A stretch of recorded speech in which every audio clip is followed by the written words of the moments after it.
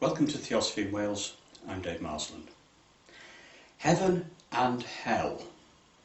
Well, Theosophy postulates that you can have the equivalent experience of heaven and hell in the after-death states.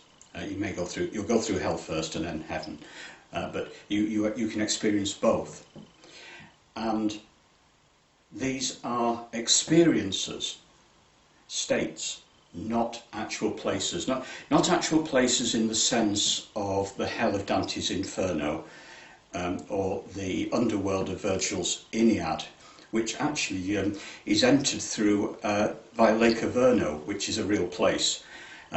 Also not heaven of Christianity, or again in Virgil's Aeneid the fields of Elysium, which are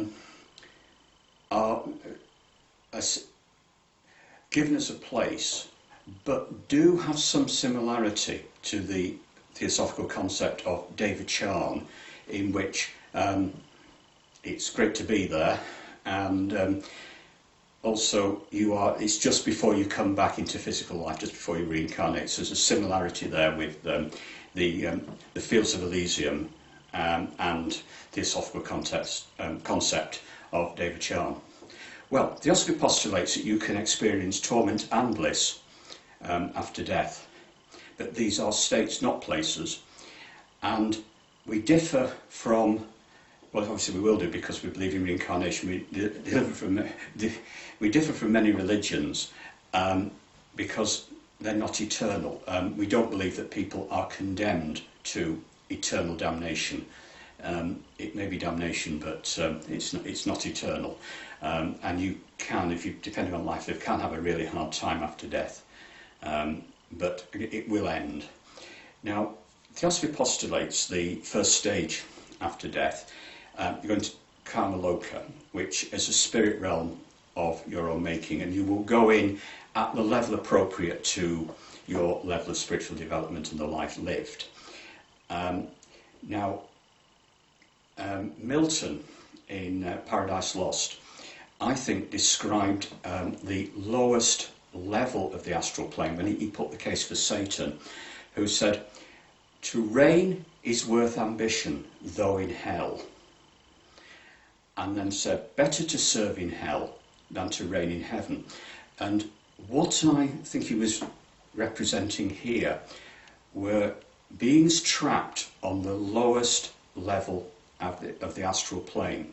And the other thing in Karma Loka, and this again it comes up in Milton, is that you create your own spirit realm depending on your attachments to earth life, the life lived. So it can be a hell of your own making, but also you would then be on the same astral level as possibly some, if you were at the lower levels, quite malevolent beings.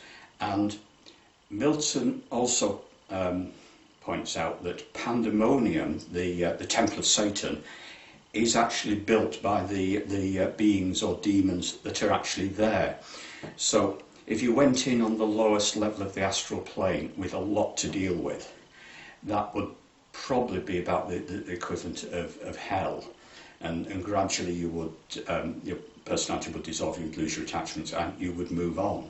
But that would be, probably for some fairly malevolent people with a lot of attachment to earth life, that would be quite difficult. And a similar concept comes up with Marley, Scrooge's partner in A Christmas Carol. Now, Marley, he's been dead for several years, but he's living in torment. He has a chain round him forged in life, and that's his attachment to earthly life. And until that chain, it's a big steel chain as well, he can't move on until that dissolves away. So that's his attachment holding him back. As I say, you would go into Karma Loka at the level appropriate to yourself. So if you weren't, so most would probably go in at a much higher level. I don't think many of us can expect to go in at the very lowest level and sort of reigning in hell. I don't think that's not appropriate for most of us. Anyway, beyond the spirit realm, and the higher levels of the spirit realm aren't bad places. You experience a second death, in which you take an essence of the life lived into David Charn, which is again a state, not a place, and this is a state of bliss, equivalent to heaven, or the closest thing Theosophy has to heaven, and so very like the Fields of Elysium in Virgil's Aeneid, and after which you will go back into incarnation. Now, you will realise the spiritual aspirations that you had during your last life, but you need to have made some effort at spiritual progress in order to appreciate it. So, although everybody will go to David Charn, some people will get much greater benefit from it than others. So that there is a sort of a little idea of retribution there. But David Charn, state of bliss, and clearly sort of a great place to be. But you do have to have made some progress, or some spiritual progress, during physical life to gain the real benefit. Okay, so there we have it. Theosophy does have, well, it has a place for the concepts of heaven and hell, but they're states, not places, and they are not eternal. You do go through it, and eventually you are reincarnated.